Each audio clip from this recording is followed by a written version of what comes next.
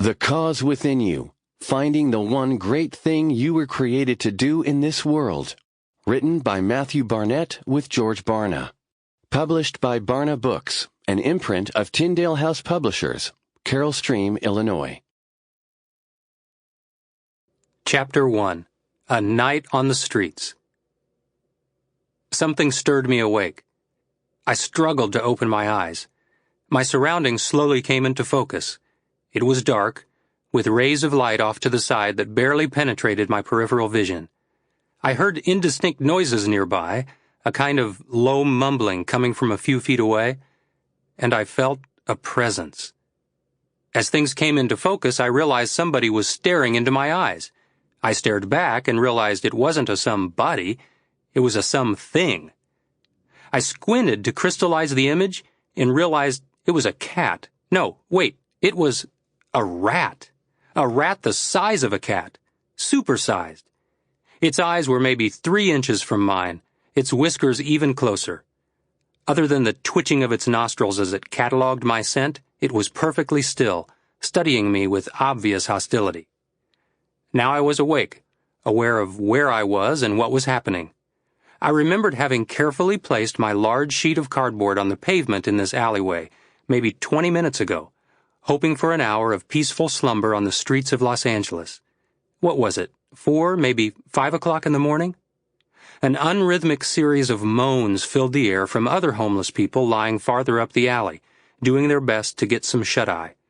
I dozed off for a few minutes before this buck-toothed rodent invaded my 12 square feet of prime real estate. I struggled to my feet, picked up my cardboard bed, and slowly shuffled out of the alley onto the main street. My watch said it was 2:13 a.m. Time was obviously on a holiday tonight. The light from the street lamps was the only illumination in this part of the city. I passed by a boarded-up shop and caught the strong, ever-present whiff of urine. That seemed to be the odor of the homeless nation. There were no bathrooms available to us in the dead of night, or during a large share of the day for that matter. When you had to go, you found a wall in a vacant section of an alley and did your business. The porta-potties strategically distributed around this section of the city, meant for the homeless, were of no use to us since they'd been hijacked by the prostitutes and drug dealers who complete their transactions inside those mobile offices. They were the only businesses open 24/7 down here, peddling flesh and farms.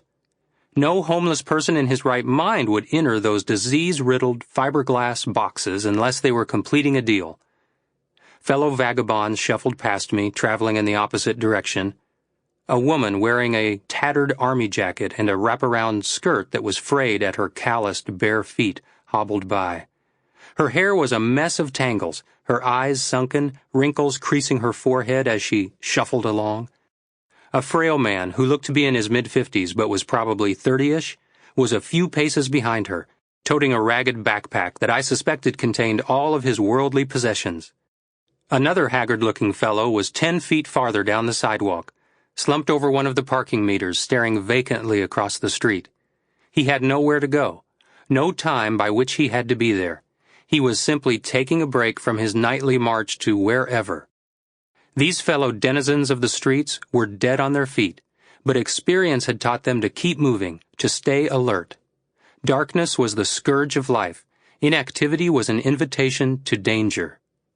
While I trooped up and down the streets of Skid Row, I occasionally looked these passers-by straight in the face, searching for signs of hope, but had learned to lower my standards and seek a simple expression of life. Very few returned my gaze. These people were on autopilot, traipsing lifelessly forward, silently repeating the mantra the homeless chant to themselves each night. Gotta make it till sunrise. Gotta make it till sunrise. As a blood-curdling scream radiated from around the corner ahead, I ducked into the hollowed-out doorway of a storefront and leaned against the mesh security door for support. I felt an indescribable mixture of emotions. Yes, there was fear, but it was tempered by joy, intrigue, excitement, and compassion. You see, I was on Skid Row by choice. This was a one-night-only command performance among the people whom I have spent my entire adult life serving.